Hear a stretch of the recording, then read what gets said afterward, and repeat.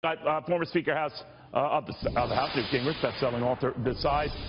Newt, you were very complimentary of the president's speech and the message he was sending, very Reagan-like, those kind of terms here. I always wonder, though, after a speech, the president can sometimes step on his own headlines by saying something at a campaign rally or tweeting something that might take away from that. So far, so good? What do you think?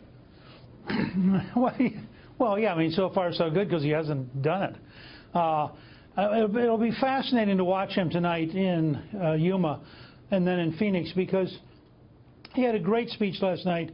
I thought it was a historic speech. I thought his honesty, that in his heart he really wanted to pull out, but as he listened to his advisors, in his head he knew it was wrong, and as a president he felt he had to follow his head and do what he thought was right for America. I thought that was a very, very impressive speech. Now he has a chance to stay at that level. My hunch is he won't. And I just think that, I wrote Understanding Trump in part to try to understand Trump. He has this compulsive requirement for getting in fights he doesn't need. And tonight will be a very interesting test. You've got Senator McCain, who's a very elder statesman who is seriously ill.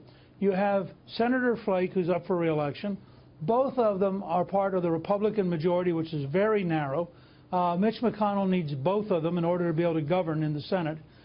Picking fights with them doesn't get him anywhere. All right, you're talking obviously about trying to get a primary challenge to the likes of Jeff Flake and others who dare to challenge the president. Now, what message would you send there? Because post the speech, typical Republican critics like John McCain, even Lindsey Graham, were very complimentary of the message he was sending on Afghanistan. Right. So how does he build on that? Well, the president's got a moment here where most of his conference is coming together behind him. He has a chance to be a team builder, not a team divider. And let me just make one point about people who want to rush into these primary fights. If they would take the same amount of money against the Democratic senator of North Dakota, of Montana, of Missouri, of Indiana, of West Virginia, these are all states that the president carried that have Democratic senators. I'd rather beat 4 or 5 Democrats than get involved in these primaries. In fact, my newsletter today at Gingrich Productions is going to say Republicans should target Democrats, not Republicans. And I would say this direct to the president. You know, these are people who 95% of the time are with you. You want to be a team leader, and if you add 4 or 5 more seats next year, it gets to be pretty easy to pass your program. But if all you do is chew up your own base, you got a problem.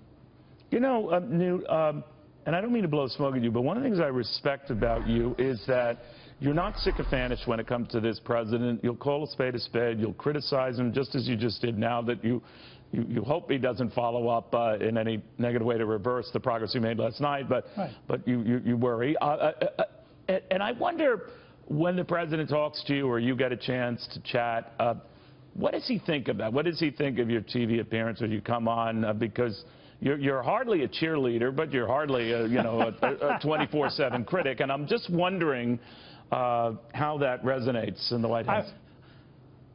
Well, look, he doesn't particularly like being criticized, either to his face or on television.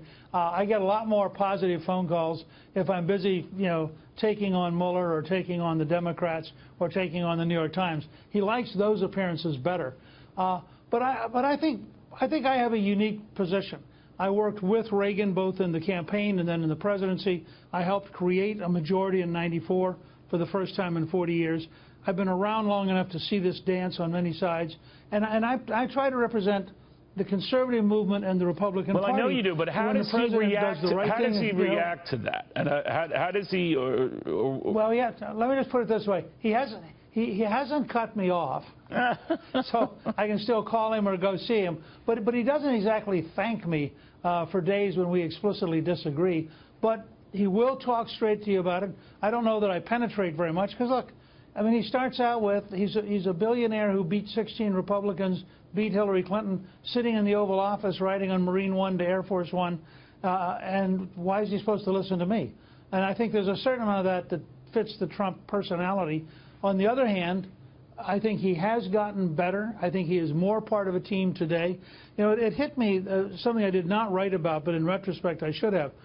Trump is essentially a golfer. Golf is essentially a single game. It's you against the course. He's now in a team sport where, frankly, football or baseball or basketball might be a better analogy, and that requires a very different psychology than golf. And I think he's beginning to move in that direction. I'm just trying to encourage him to move a little faster. Fascinating. Newt Gingrich, it's good seeing you again. Thank you very, very much. Good to see you. All right.